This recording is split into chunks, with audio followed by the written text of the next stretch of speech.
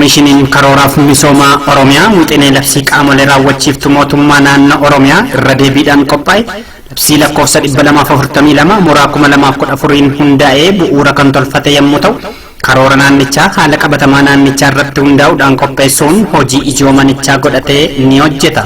Karoora qophaa'e kanas karoora xiqqee fi karoora hiixataa kan yeroo gabaabaa fi kan yeroo dheeraa katarraa'uu isaanii maal akka fakkaatutti dhiyeenyaan jala bu'ee sirna deeggarsaaf hordoffii cimaa diriirsuun hordofaa adeema. Haaluma kanaan haalli raawwii karoorichaa ariitii qulqullina baay'inaa fi kalaqaan dabalame raawwachaa akka jiru gamaaggamuun bu'a qabeessummaan imaammata mootummaa akka dabalu gochaa adeema.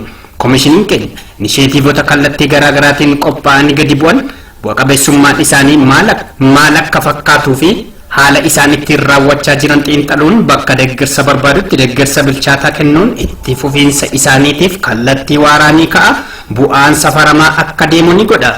Karaa kan biraatiin ragaan misooma naannichaa hundi yoomii fi eessatti raawwate kan jedhuu fi qaama raawwatee fi baay'ina hagamiin akka raawwate ragaa qulqulluu teekinooloojiin deeggaree ragaa dijitaalaatiin qabachuun kuusaa marsariitii isaa keessatti ol kaa'aa adeema qaama ragicha barbaaduuf yeroo ni dhiyeessa. Walitti dhufeenya manneen hojii mootummaa naannichaa fi dhaabbilee deeggartoota naannichaa keessatti argaman cimsuun sirna hordoffiif deeggarsa hirmaachisaa ta'ee ni diriirsa. Hojiirra ni oolcha. Hojiirra akka oolu ni taasisa. Hojiiwwan qo'annoo qiyyaasa kaartaa fi ji'oogiraafii guddinaaf itti fufiinsa misooma naannichaaf gargaaran ni geggeessa. Akka geggeeffamu ni taasisa. Raawwii misoomaa fi imaammata dhimma uummataa irratti sochiiwwan manneen hojii mootummaa fi miti mootummaa taasisan ni qindeessa. Qindoominaan ni hojjeta. Akkaawuntii dinagdee sadarkaa guddina dinagdee naannichaa agarsiisuu ni qopheessa. Mana baree bulchiinsa mootummaa naannichaatiif ni dhiyeessa ni mirkaneessisa. Komishinichi hojjettoota hooggansa qaqqaxaleen bu'uura kan tolfate yommuu ta'u karoora bilchaataa fi bu'aan madaalamu baasee fayyadamummaa hawaasaa mirkaneessuuf ifaajjii ijibbaata fixachiisaa gochuu irratti argama. Maarree komishiniin keenya dandeettii raawwachiisummaa hooggansaa fi ogeessa sadarkaan jiranii cimsee raawwii bu'aan madaalamu akka dhufu yeroodhaa yerootti leenjii mata duree adda addaa irratti kennuun miira raawwachiisummaa fi kaka'umsa cimaa hojjettoota mana hojichaa fi qooda fudhattoota hunda keessatti akka uumamu gochuun raawwii mana hojichaa bu'aan madaalaa adeema.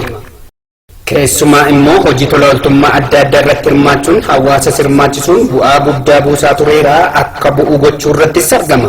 Hojii tola ooltummaa hojjetamaa ture kanaan harka qalleeyyii baay'een meeshaalee bu'uura adda addaa meeshaalee barnootaa fi uffata garaagaraa argachuun deeggarsa komishinichi godheefiin rakkoo isaaniitiif furmaata argachaa turaniiru. Karaa kan biraatiin hojjettoonni komishinii keenyaa baajata dhuunfaa isaanii irraa walitti bubuusuun barattoota harka qalleeyyii nama 4 yuunivarsiitii adda addaa keessatti gosa barnoota garaagaraatiin deeggarsa maallaqaatiin bira dhaabbachuun akka baratan gochuun sababa harka qal'inaatiif dhaloonni mul'anni isaanii egeree akka hin dukkanoofne gochuun hojii fakkeenyummaa gaarii qabu hojjechaa jira. Hojii ashaaraa magariisaatiin dhaabbii fi kunuunsa biqilaa bosonaa yeroo adda addaatti hojjetaa komishinichaatiin hojjetamaa tureen dachee magariisoftee qilleensi haaraanis bubbise.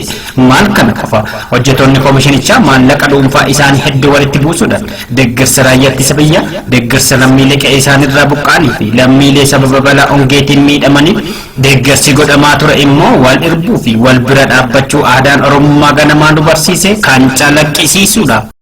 Lammii ewalee birmaddaa lammii ewalee birmaddaa yaa lammii ewalee dhaabbadaa yaa sanyii gootaa ulmalee maal qabnaa lammii ewalee birmaddaa lammii ewalee birmaddaa yaa lammii ewalee dhaabbadaa yaa sanyii gootaa ulmalee maal qabnaa.